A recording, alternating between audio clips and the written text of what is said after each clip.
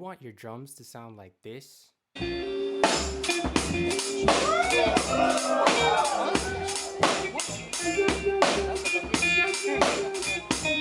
or this.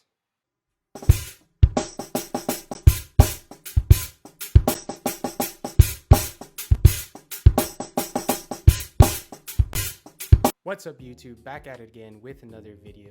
Today we're talking about the Dilla swing. Now I want to say that Dilla wasn't the one who invented this sort of rhythmic feel, but he was definitely the one who popularized it. Here's Questlove talking about the Dilla swing. Okay, this is the metronome. And now he wants me to play.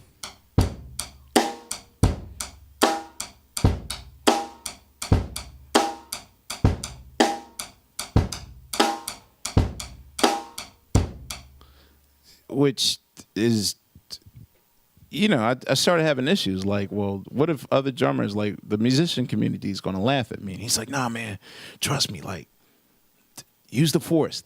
He used to use all these Star Wars analogies with me. Like, use the force, man. And I'd never seen Star Wars. This is he told me to play the track as he demoed it, which was like.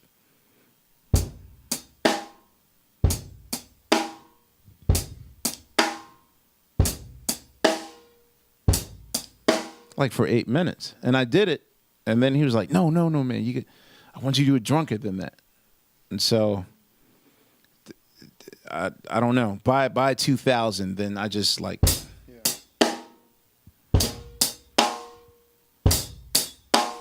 which sounds crazy now, but and contextualized in the music that he was creating, it makes sense. Now before we get into it, I want to credit this video about teaching me about subdivisions, which I'll talk about in the tutorial. What subdivisions are is rhythmic groupings actually, and in the video it's talking about fitting 5, 7, and 9 subdivisions within a measure of 4/4. So if you want to learn more about that, I'll leave a link in the description. And without further ado, let's get into it. Okay, so here we are in our session, and I'm in session view, so I have 2 audio tracks open and 2 MIDI tracks. And then I have 3 MIDI clips in here which are labeled 5, 7, and 9. And I'll explain what those are later. So for now, let's listen to our chords. Our tempo is 84.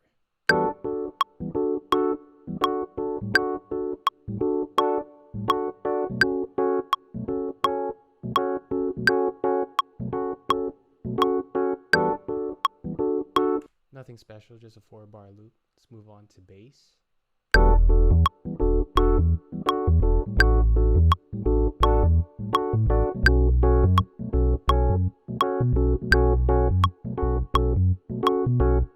And then last but not least, our drum pattern.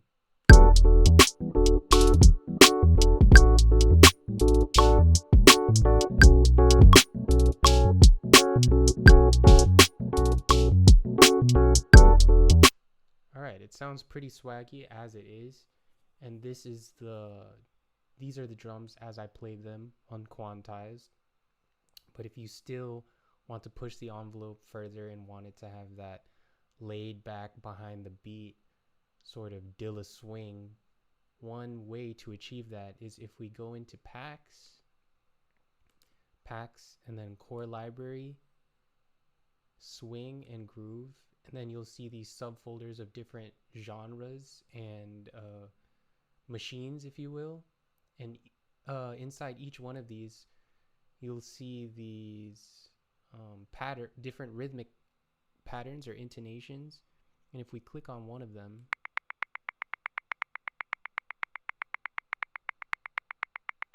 you're hearing a preview of what these patterns are and how they'll apply to your beat. And they can be applied to MIDI clips or audio clips. So for the sake of this demonstration, I'm going to click on MPC and choose one.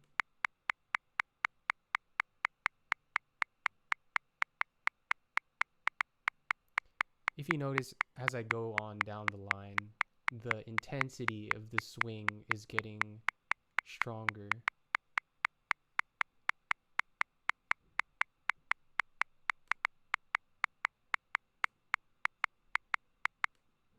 So I'm gonna double click on one. I'm gonna choose 60, double click. Now in the clip envelope of your pattern, under groove, there's a little arrow here.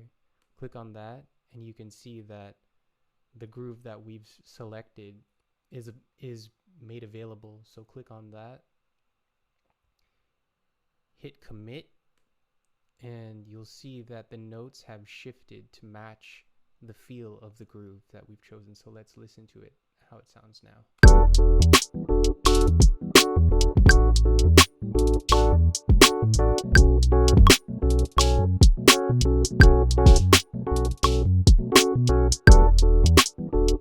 Sounds even more swaggy than it was before.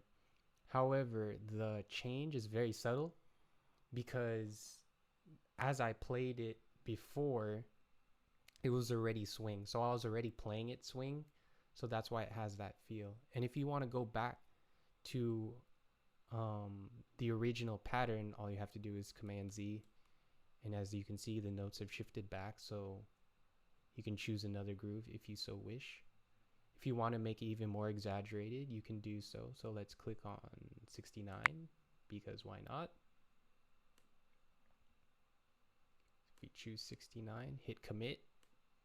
And as you've seen, our notes have shifted ever so slightly.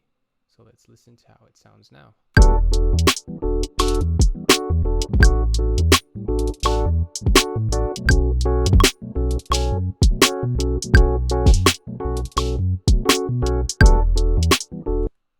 It's even more swaggy than before, and you can experiment with these different types of grooves. If you want to make it even more intense, the feel, go ahead and do so. Let's choose 75 and see what's the most intense. Hit commit.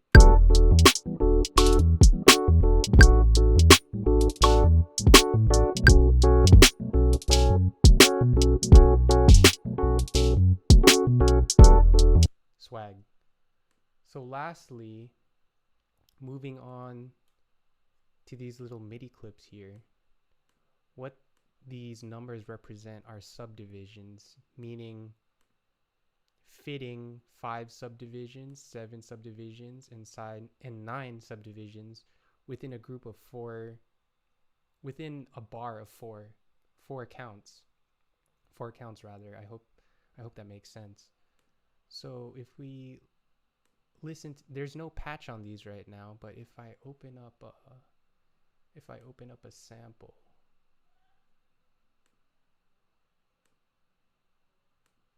let me just I'm just gonna drag in a hi-hat. Oops.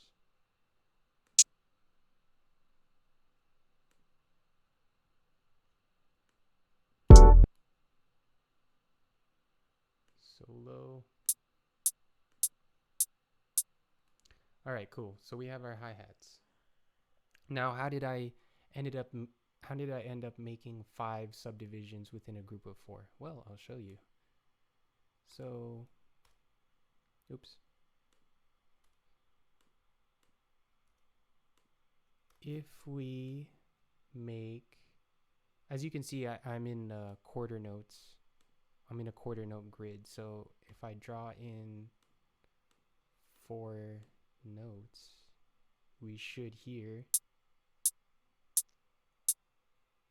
right, quarter notes. But if we want to make it 5 hits within 4 counts, we just draw in another note and then another one.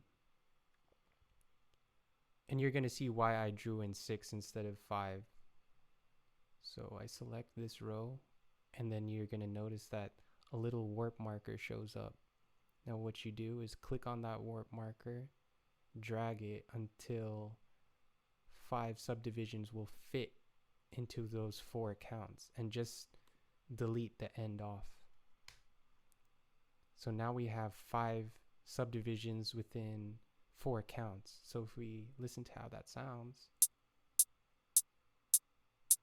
sorry, with the click.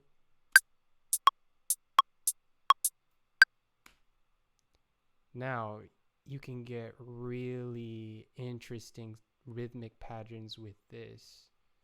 So I just applied the same technique on these other MIDI clips. So on this one I have 7. So what I did there is essentially the same thing. I would draw in how many ever subdivisions I want. So I want 7. So I would click in 7 plus another 1. That's the formula for this technique to work.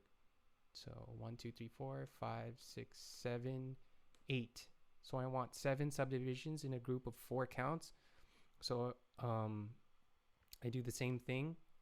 I select them all. The warp marker comes up. I click and drag. And there you go. Just delete the end off. And I have 7 subdivisions within a group of 4 counts. So let's listen to how that sounds like.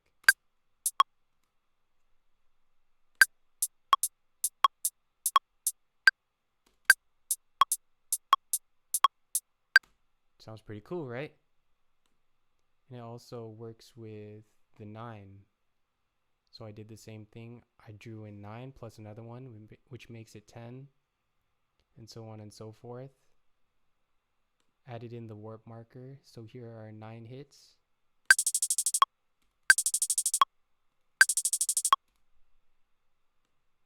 I think these are 16th notes. I'll show it to you guys again.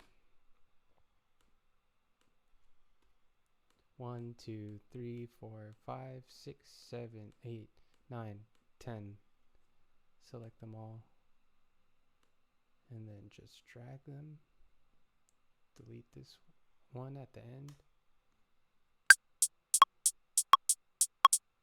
9.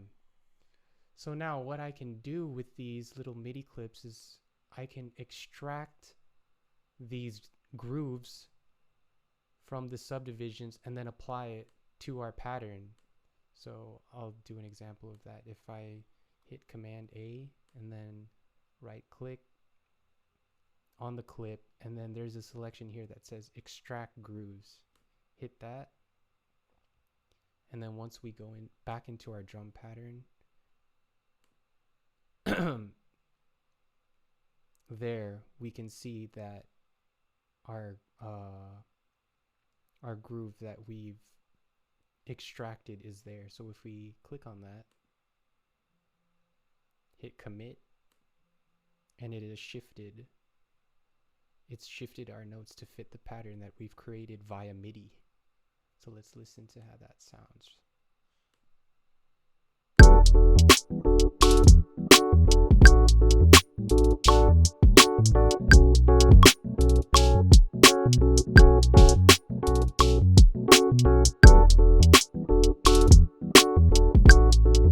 Oh, it's even more swaggy now.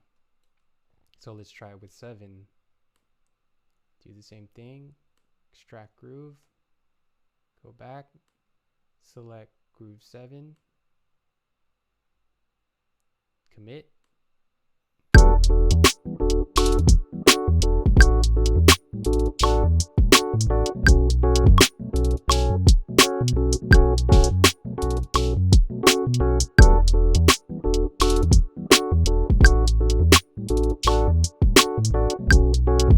Swag. And the lastly,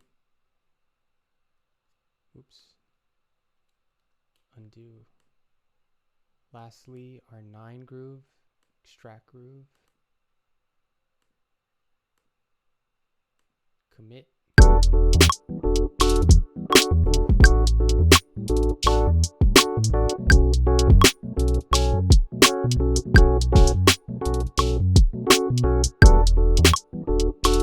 Now the cool thing, if you notice, is that it's not an entirely straight feel, but it's also a swing feel, which means that there's this space, if you will, between straight and swing, and that's what gives it this interesting sort of feel that's been popularized by a lot of artists, and a lot of drummers try to emulate that feel in their playing.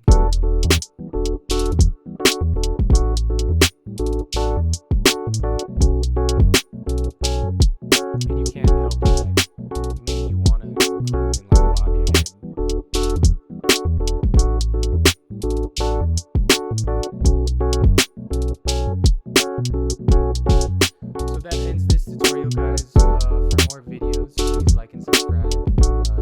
video if this helped you.